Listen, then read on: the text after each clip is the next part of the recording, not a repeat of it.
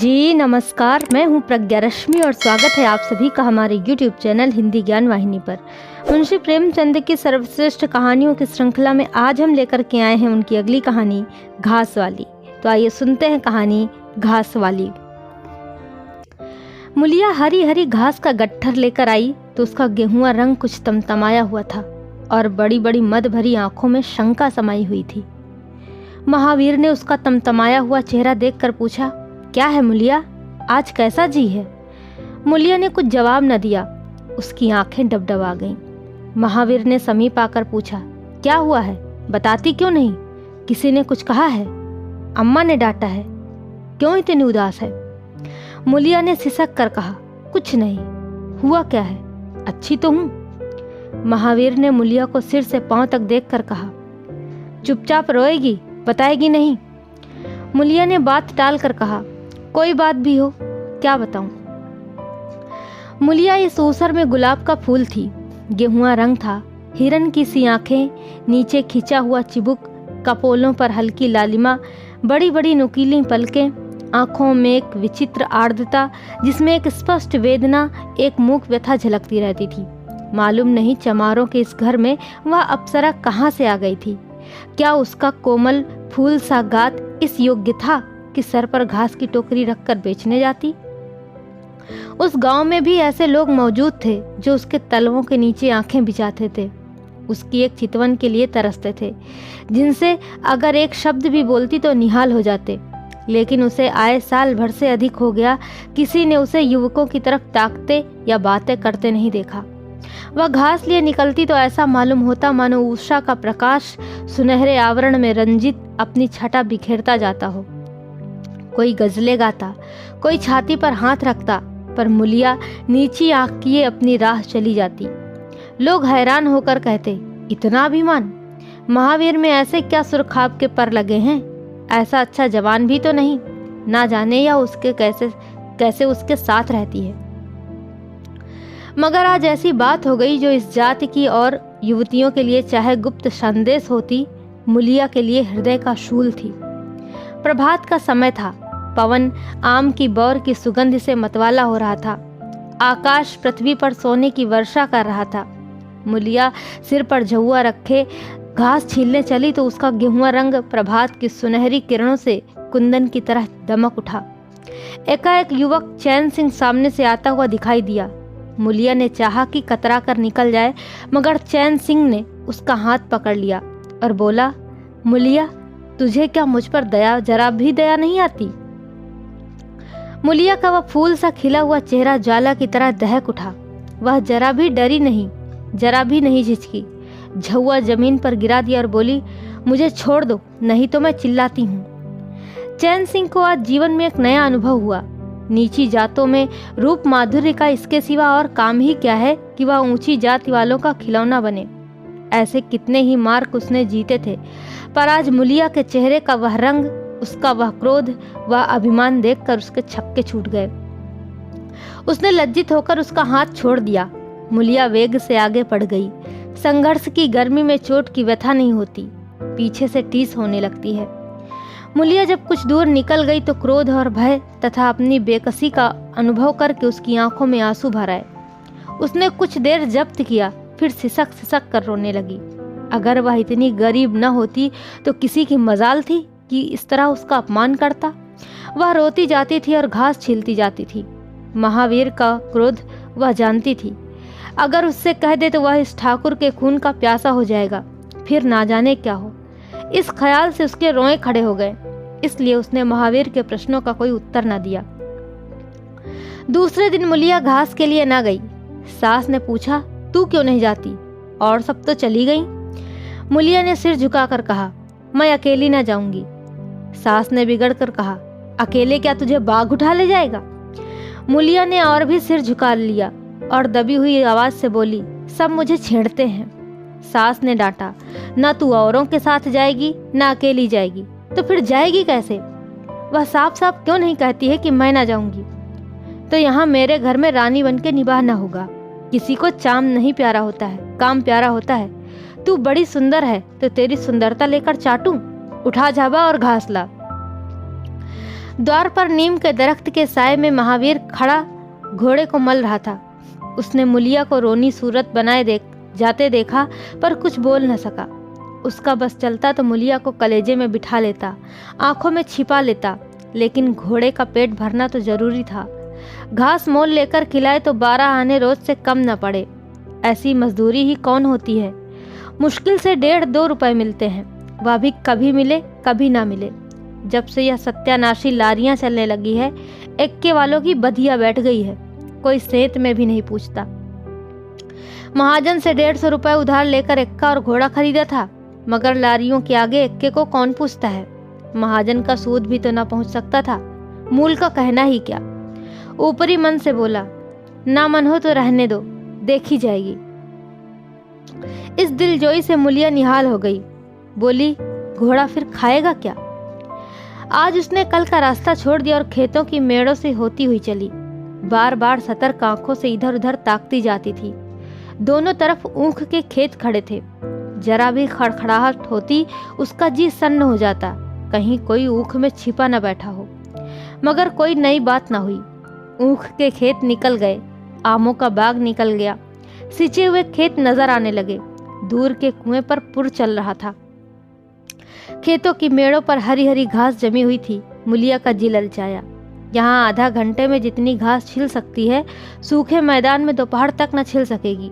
यहाँ देखता ही कौन है, कोई चिल्लाएगा तो चली जाऊंगी। वह बैठकर घास छीलने लगी और 1 घंटे में उसका झाबा आधे से ज्यादा भर गया। वह अपने काम में इतनी तन्मय थी कि उसे चैन सिंह के आने की खबर ही न हुई। एकाएक उसने आहट पाकर सिर उठाया तो चैन सिंह को खड़ा देखा। मुलिया की छाती धक से हो गई। जी में आया भाग जाए, झाबा उलट दे और खाली झाबा लेकर चली जाए, पर चैन सिंह ने कई गज के फासले से ही रुक कर कहा, डर मत डर मत, भगवान जानता है मैं तुझसे कुछ न बोलूंगा। जितनी घास चाहे छील ले, मेरा ही खेत है। मुलिया के हाथ सुन्न हो गए, खुरपी हाथ में जम सी गई, घास नजर ही न आती थी। जी चाहता था जमीन फट जाए और मैं समा जाऊं। जमीन आंखों के सामने तैरने लगी। चैन सिंह ने आश्वासन दिया, छीलती क्यों नहीं, मैं तुमसे कुछ कहता थोड़े ही हूँ, यही रोज चली आया कर, मैं छील दिया करूँगा। मुलिया चित्रलिखित सी बैठी रही। चैन सिंह ने एक कदम आगे बढ़ाया और बोला, तू मुझसे इतना डरती क्यों है। क्या तू समझती है कि मैं आज भी तुझे सताने आया हूँ। ईश्वर जानता है, कल भी तुझे सताने के लिए मैंने तेरा हाथ नहीं पकड़ा था। तुझे देखकर आप ही आप हाथ बढ़ गए, मुझे कुछ सुध ही न रही। तू चली गई तो मैं वहीं बैठकर घंटों रोता रहा। जी में आता था हाथ काट डालूं, कभी जी चाहता था जहर खा लूं। तभी से तुझे ढूंढ रहा हूँ। आज तू इस रास्ते से चली आई, मैं सारा हार छानता हुआ यहाँ तक आया हूँ। अब जो सजा तेरे जी में आवे दे दे। अगर तू मेरा सिर भी काट ले तो गर्दन ना हिलाऊंगा। मैं शोहदा था, लुच्चा था, लेकिन जब से तुझे देखा है मेरे मन से सारी खोट मिट गई है। अब तो यही जी में आता है कि तेरा कुत्ता होता और तेरे पीछे पीछे चलता, तेरा घोड़ा होता, तब तो तू अपने हाथों से मेरे सामने घास डालती। किसी तरह यह चोला तेरे काम आवे, मेरे मन की यह सबसे बड़ी लालसा है। मेरी जवानी काम ना आवे अगर मैं किसी खोट से यह बातें कर रहा हूँ। बड़ा भागवान था महावीर जो उसे ऐसी देवी मिली। मुलिया चुपचाप सुनती रही, फिर नीचा सिर करके भोलेपन से बोली, तो तुम मुझे क्या करने को कहते हो। चैन सिंह और समीप आकर बोला, बस तेरी दया चाहता हूँ। मुलिया ने सिर उठाकर उसकी ओर देखा। उसकी लज्जा ना जाने कहाँ गायब हो गई। चुभते हुए शब्दों में बोली, तुमसे एक बात कहूँ, बुरा तो ना मानोगे। तुम्हारा ब्याह हो गया है या नहीं। चैन सिंह ने दबी जबान से कहा, ब्याह तो हो गया, लेकिन ब्याह क्या है, खिलवाड़ है। मुलिया के होठों पर अवहेलना की मुस्कुराहट झलक पड़ी। बोली, फिर भी अगर मेरा आदमी तुम्हारी औरत से इसी तरह बातें करता तो तुम्हें कैसा लगता। तुम उसकी गर्दन काटने पर तैयार हो जाते कि नहीं। बोलो, क्या समझते हो कि महावीर चमार है तो उसकी देह में लहू नहीं है, उसे लज्जा नहीं है, अपनी मर्यादा का विचार नहीं है। मेरा रूप रंग तुम्हें भाता है। क्या घाट के किनारे मुझसे कहीं सुंदर औरतें नहीं घूमा करती। मैं उनके तलों की बराबरी भी नहीं करती। तुम उसमें से किसी से क्यों नहीं दया मांगते। क्या उनके पास दया नहीं है। मगर वहां तुम न जाओगे, क्योंकि वहां जाते तुम्हारी छाती दहलती है। मुझसे दया मांगते हो, इसलिए ना कि मैं चमारिन हूँ, नीच जाति हूँ, और नीच जाति की औरत जरा सी घुड़की, धमकी व जरा सी लालच से तुम्हारी मुट्ठी में आ जाएगी। कितना सस्ता सौदा है, ठाकुर हो ना, ऐसा सस्ता सौदा क्यों छोड़ने लगे? चैन सिंह लज्जित होकर बोला, मूला यह बात नहीं, मैं सच कहता हूँ, इसमें ऊंच नीच की बात नहीं है, सब आदमी बराबर है, मैं तो तेरे चरणों पर सिर रखने को तैयार हूँ। मुलिया ने कहा, इसीलिए ना कि जानते हो मैं कुछ कर नहीं सकती। जाकर किसी खतरानी के चरणों पर सिर रखो तो मालूम हो कि चरणों पर सिर रखने का क्या फल मिलता है, फिर यह सिर तुम्हारी गर्दन पर ना रहेगा। चैन सिंह मारे शर्म के जमीन में गड़ा जाता था। उसका मुख ऐसा सूख गया था मानो महीनों की बीमारी से उठा हो, मुंह से बात ना निकलती थी। मुलिया इतनी वाकपटु है इसका उसे गुमान भी न था।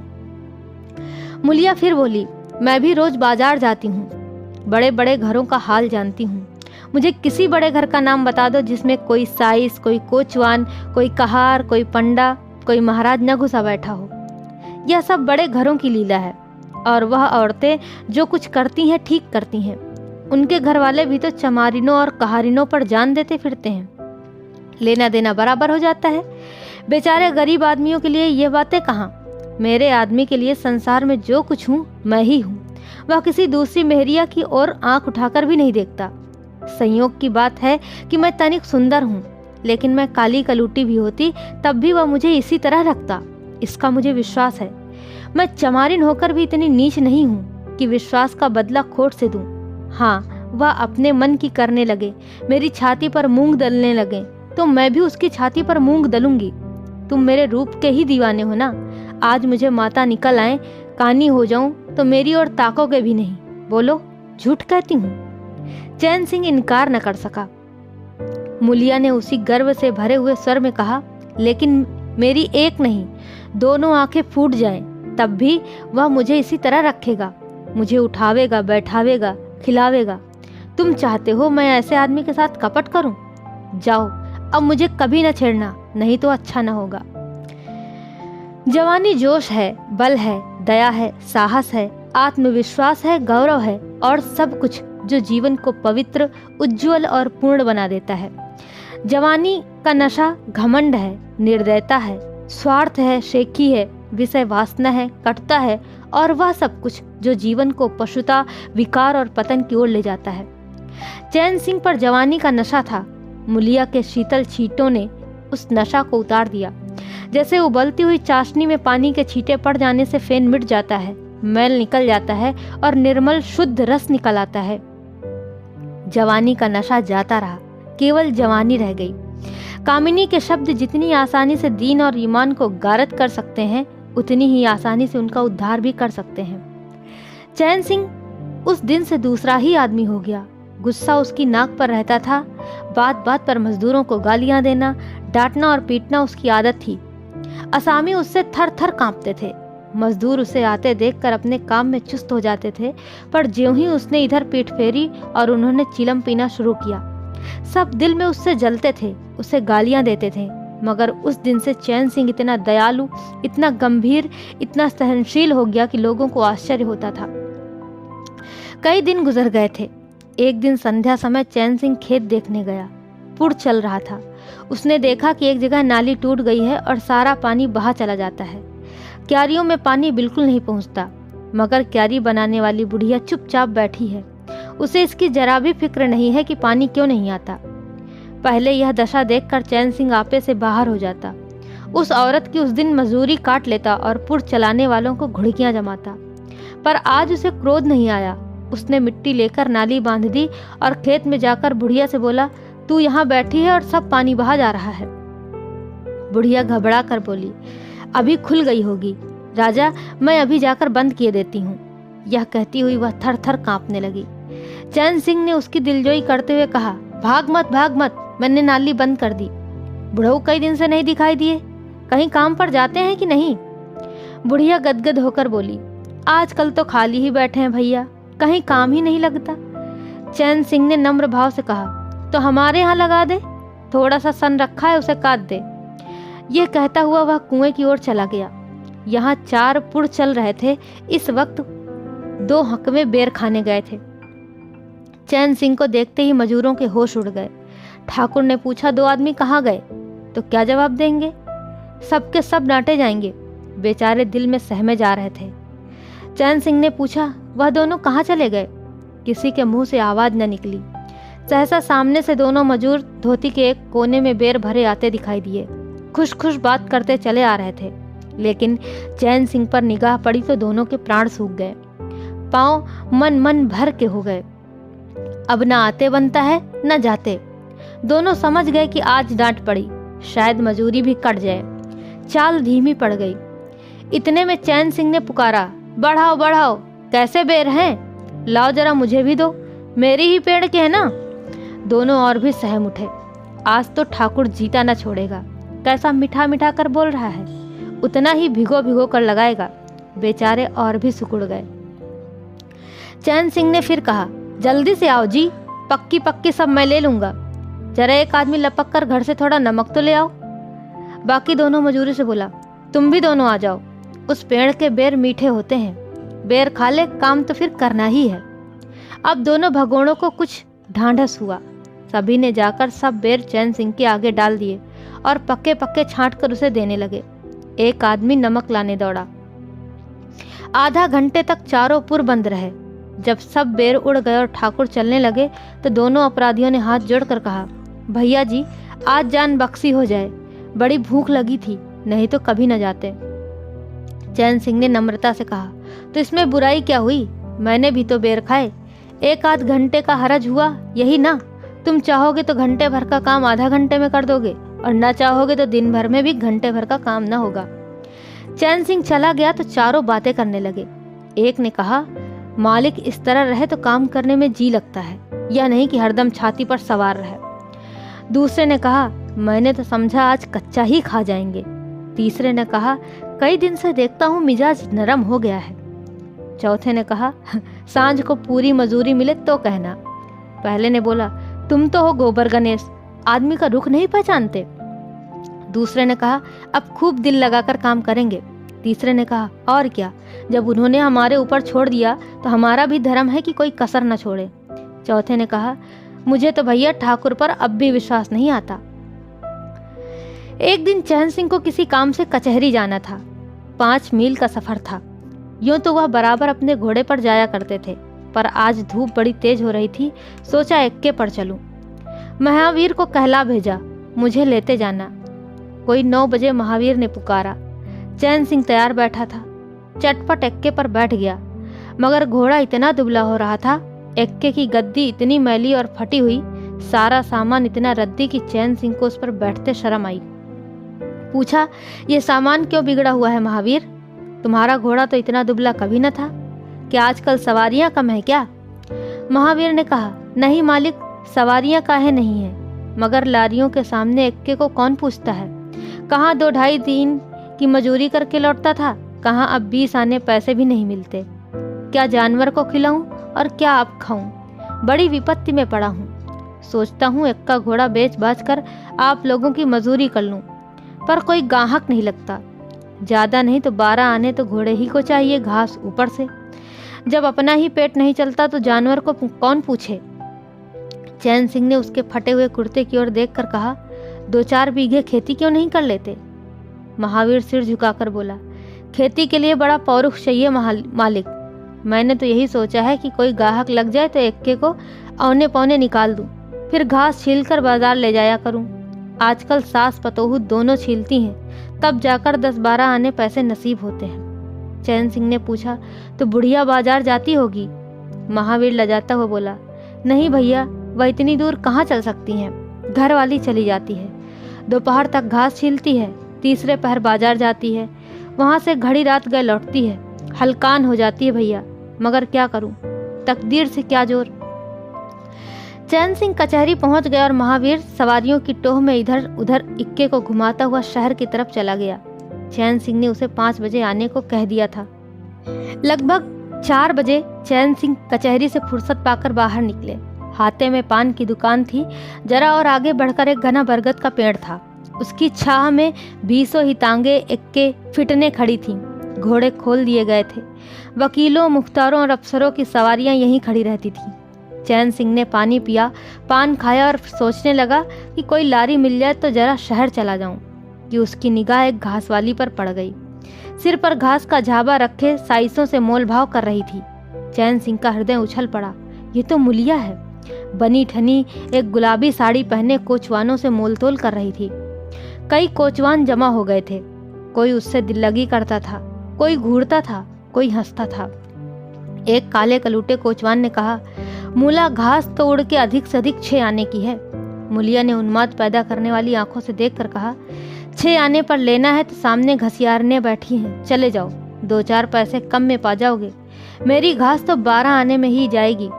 एक अधेड़ कोचवान ने फिटन के ऊपर से कहा, तेरा जमाना है, 12 आने नहीं 1 रुपया मांग। लेने वाले झक मारेंगे और लेंगे। निकलने दे वकीलों को, अब देर नहीं है। एक तांगे वाले ने जो गुलाबी पगड़ी बांधे हुआ था बोला, बुढ़ऊ के मुंह में पानी भर आया, अब मुलिया काहे को किसी की ओर देखेगी। इन सब बातों को देखकर चैन सिंह को ऐसा क्रोध आ रहा था कि इन दुष्टों को जूते से पीटे। सब के सब कैसे उसकी ओर टकटकी लगाए ताक रहे हैं, आंखों से पी जाएंगे। और मुलिया भी यहाँ कितनी खुश है, ना लजाती है, ना झिझकती है, ना दबती है। कैसा मुस्कुरा मुस्कुरा कर, रसीली आंखों से देख देख कर, सिर का अंचल खिसका खिसका कर, मुंह मोड़ मोड़ कर बातें कर रही है। वही मुलिया जो शेरनी की तरह तड़प उठी थी। इतने में 4 बजे अमले और वकील मुख्तारों का एक मेला सा निकल पड़ा। अमले लारियों पर दौड़े, वकील मुख्तार इन सवारियों की ओर चले। कोचवानों ने भी झटपट घोड़े जोते। कई महाशयों ने मुलिया को रसिक नेत्रों से देखा और अपनी अपनी गाड़ियों पर जा बैठे। एकाएक मुलिया घास का झाबा लिए उस फिटन के पीछे दौड़ी। फिटन में एक अंग्रेजी फैशन के जवान वकील साहब बैठे थे। उन्होंने पावदान पर घास रखवा दी, जेब से कुछ निकाल कर मुलिया को दिया। मुलिया मुस्कुराई। दोनों में कुछ बातें भी हुई जो चैन सिंह ना सुन सके। एक क्षण में मुलिया प्रसन्न मुख घर की ओर चली। चैन सिंह पान वाले की दुकान पर विस्मृत की दशा में खड़ा रहा। पान वाले ने दुकान बढ़ाई, कपड़े पहने और केबिन का द्वार बंद करके नीचे उतरा तो चैन सिंह की समाधि टूटी। पूछा, क्या दुकान बंद कर दी? पान वाले ने सहानुभूति दिखाकर कहा, इसकी दवा करो ठाकुर साहब, यह बीमारी अच्छी नहीं है। चैन सिंह ने चकित होकर पूछा, कैसी बीमारी? पान वाला बोला, कैसी बीमारी? आधा घंटे से यहाँ खड़े हो जैसे कोई मुर्दा खड़ा हो। सारी कचहरी खाली हो गई, सब दुकानें बंद हो गईं, मेहतर तक झाड़ू लगाकर चल दिए। तुम्हें कुछ खबर हुई? यह बुरी बीमारी है, जल्दी दवा कर डालो। चैन सिंह ने छड़ी संभाली और फाटक की ओर चला कि महावीर का एक्का सामने से आता दिखाई दिया। कुछ दूर एक्का निकल गया तो चैन सिंह ने पूछा, आज कितने पैसे कमाए महावीर? महावीर ने हंसकर कहा, आज तो मालिक दिन भर खड़ा ही रह गया, किसी ने बेगार में भी ना पकड़ा, ऊपर से 4 पैसे की बीड़ियां पी गया। चैन सिंह ने जरा देर के बाद कहा, मेरी एक सलाह है, तुम मुझसे 1 रुपया रोज ले लिया करो। बस जब मैं बुलाऊं तो एक्का लेकर चले आया करो। तब तो तुम्हारी घास वाली को घास लेकर बाजार न जाना पड़ेगा ना। बोलो, मंजूर है? महावीर ने सजल आंखों से देखकर कहा, मालिक आप ही का तो खाता हूँ, आपकी प्रजा हूँ, जब मर्जी हो पकड़ मंगवाइए, आपसे रुपए। चैन सिंह ने बात काट कर कहा, नहीं, मैं तुमसे बेगार नहीं लेना चाहता, तुम मुझसे 1 रुपया रोज ले जाया करो। घास लेकर घर वाली को बाजार मत भेजा करो, तुम्हारी आबरू मेरी आबरू है। और भी रुपए पैसे का जब काम लगे बेखटके चले आया करो। हाँ देखो, मुलिया से इस बात की भूलकर भी चर्चा न करना, क्या फायदा। कई दिनों के बाद संध्या समय मुलिया चैन सिंह से मिली। चैन सिंह आसामियों से माल गुजारी वसूल करके घर की ओर लपका जा रहा था कि उसी जगह जहां उसने मुलिया की बाह पकड़ी थी, मुलिया की आवाज कानों में आई। उसने ठिठक कर पीछे देखा तो मुलिया दौड़ी आ रही थी। बोला, क्या है मुला, क्यों दौड़ती हो? मैं तो खड़ा हूँ। मुलिया ने हाँफते हुए कहा, कई दिन से तुमसे मिलना चाहती थी, आज तुम्हें देखा, आते देखा तो दौड़ी। अब मैं घास बेचने नहीं जाती। चैन सिंह ने कहा, बहुत अच्छी बात है, क्या तुमने कभी मुझे घास बेचते देखा है? चैन सिंह ने कहा, हाँ एक दिन देखा था। क्या महावीर ने तुझसे सब कह डाला? मैंने तो मना कर दिया था। मूला ने कहा, वह मुझसे कोई बात नहीं छिपाता। यह सुनकर दोनों एक क्षण चुप खड़े रहे। किसी को कोई बात न सूझती थी। एकाएक मुलिया ने मुस्कुराकर कहा, यहाँ तुमने मेरी बाह पकड़ी थी।